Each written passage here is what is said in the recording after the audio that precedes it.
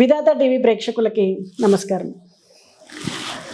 కనుమ పండుగ గురించి మనము ఈ వీడియోలో తెలుసుకుందాం. కనుమ అనగానే పశువుల పండుగగా వ్యవహరిస్తూ ఉంటారు. పంటలు చేతికి అందడంలో తమకు సహాయపడినటువంటి పశుపక్షాదుల్ని పూజిస్తారు. సంవత్సరంలో మిగిలిన రోజులన్నీ తమతో పాటు కష్టపడి పనిచేసిన ఆవులు, ఎద్దులు, బర్రెలను పూజించి ప్రేమగా చూసుకునే రోజు ఇదే. పక్షులు కూడా రైతన్న నేస్తాలే. పశువులకు అందుకే ఈ పక్షుల్ని కానీ పశువుల్ని కానీ ఇంటి గుమ్మానికి ధాన్యపు కంకుల్ని కట్టి వాటికి అందుబాటులో ఉండేలా చేస్తూ ఉంటారు. సంక్రాంతి వరుసలో వచ్చే చివరి పండుగను మనం కనుమ పండుగగా జరుపుకుంటాం. దీన్నే పశువుల పండుగ అని కూడా అంటూ ఉంటాం.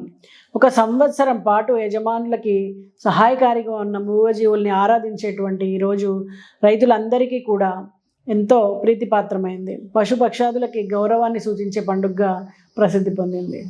ఈరోజు ఇంటికొకరు చొప్పున తెల్లవారకు ముందే ఒక కత్తి, ఒక సంచి తీసుకొని సమీపంలో ఉండేటువంటి అడవికి బయలుదేరుతారు. అక్కడ దొరికే నానా రకాల వనమూలికల్ని, ఔషధ మొక్కల్ని సేకరిస్తారు. కొన్ని చోట్ల ఆకులు, కొన్ని చెట్ల బెరడులు, కొన్ని చెట్ల పూలు, వేర్లు, కాండాలు, గడ్డలు ఇలా చాలా సేకరిస్తారు.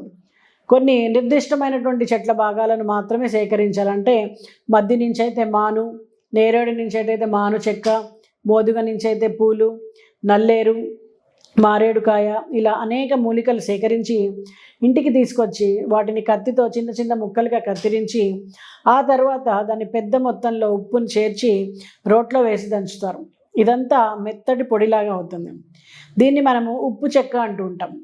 అత్యంత ఘాటైన మధురమైన వాసనతో ఉంటుంది. దీన్ని పశువులకు తినిపించాలి. ఇదొక పెద్ద ప్రహసనం. ఆ పశువులేమో ఇవి తినవు. అంచేత ఒక్కొక్క దాన్ని పట్టుకొని దాన్ని నోరు తెరిచి అందులో ఉప్పు చెక్కని చారడేసి పోసి నోరు మూస్తూ ఉంటారు. అప్పుడు ఆ పశువు దాన్ని మింగుతుంది.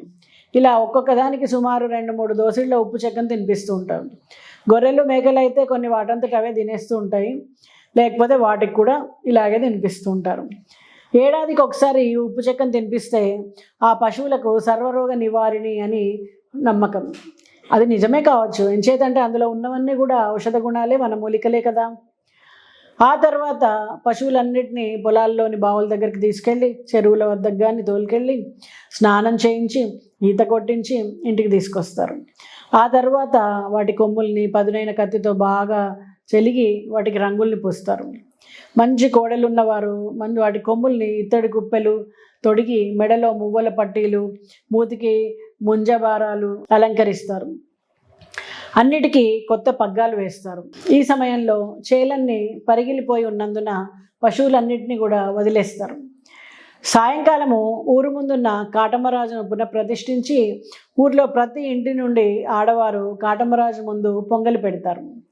పొంగలి అంటే కొత్త కుండలో కొత్త బియ్యం, కొత్త బొల్లం వేసి అన్నం వండడం. ఒక నెల ముందు నుండే కాటమరాజు ముందు ఈ దారిన వచ్చేపోయేవారు, ఊరివారు రోజుకొకరు కంపో కర్రో తెచ్చి అక్కడ కుప్పగా వేస్తూ ఉంటారు. ఈ రోజుకి అది పెద్ద కుప్పగా తయారవుతుంది. దాన్ని చిట్ల కుప్ప అంటారు. చీకటి పడే సమయానికి పొంగళ్ళు తయారవుతాయి. ఊరి చాకలి కాటమరాజు పూజ కార్యక్రమం ప్రారంభించి దేవుడి ముందు పెద్ద తళిగా వేస్తారు. అంటే ప్రతి పొంగలి నుంచి కొంత తీసి అక్కడ ఆకులో కుప్పగా పెడతారనమాట. పూజానంతరము మొక్కుకున్న వారు చాకలి చేత కోళ్ళను కోయించుకుంటారు. అప్పటికి బాగా పొద్దుపడిపోయి ఉంటుంది. పశుకాపర్లందరూ ఊరి పశువులన్నింటినీ అక్కడికి తోలుకొని వస్తారు. పూజారి అయిన చాకలి తంగళ్ళలోని పొంగల్ని తీసి ఒక పెద్ద ముద్దగా చేసి అందులో సగం పోలిగానికి ఇచ్చి, అంటే పశువుల కాపరికి ఇచ్చి తినమని చెప్పి తర్వాత అక్కడ ఉన్న చిట్ల కుప్పకి నిప్పు పెడతారు. పెద్ద మంట పైకి లేవగానే పోలిగాడు పశువులన్నింటినీ చాకలి చేతిలో ఉన్నటువంటి మిగిలిన సగం పొంగలి ముద్దను అతని వీపు మీద కొడుతూ ఉంటారనమాట. దాన్ని పిడుగు ముద్ద అంటారు. వాడేమో పరిగెడుతూ ఉంటాడు.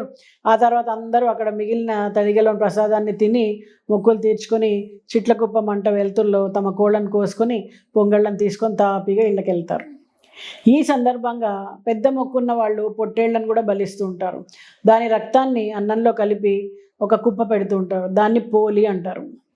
ఆ పోలిని తోటోడు కానీ నీరుగట్టోడు కానీ తీసుకొని పోయి అందరి పొలాల్లో, చెరువుల్లో, బావుల్లో పోలి అని అరుస్తూ చల్లుతూ ఉంటాడు అనమాట.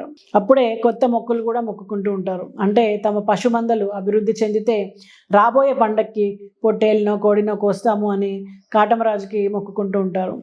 అప్పటికప్పుడే ఒక పొట్టేలు పిల్లని ఎంపిక చేసుకుంటారు. ఆ విధంగా పశువుల పండగ పరిసమాప్తి అవుతుంది. అలాగే కొన్ని ప్రాంతాల్లో తమిళనాడు, చిత్తూరు జిల్లాల్లో ఈ రోజున జల్లికట్టు అనేటువంటి పశువులతో ప్రమాదకరమైనటువంటి విన్యాసాలు చేయిస్తూ ఉంటారు. ఇది అటు పశువులకు ఇటు మనుషులకు కూడా ప్రమాదకరం. అందువల్లే ఈ మధ్య ప్రభుత్వం దీన్ని నిషేధించింది. వివిధ ప్రాంతాల్లో ఈ పండుగను వివిధ పద్ధతుల్లో జరుపుకుంటూ ఉండొచ్చు. ముఖ్యంగా చిత్తూరు జిల్లా, అందులో పాకాల మండలంలో వలివేడు గ్రామ పరిసర ప్రాంతాల్లో ఈ పండుగ జరుపుకోవడంలో ఒక ప్రత్యేకత ఉంది. ఇలా ఇంకా చాలా ప్రాంతాల్లో కూడా కొన్ని ప్రత్యేకతలతో ఈ పండుగను జరుపుకుంటూ ఉంటారు. మరి మీరు కూడా మీ పశువులని ఆరాధించి అందరూ కూడా పోలిని పొలాల్లో చల్లుకుంటూ ఈ కనుమ పండుగని ఆనందంగా జరుపుకుంటారని ఆశిస్తూ నమస్తే.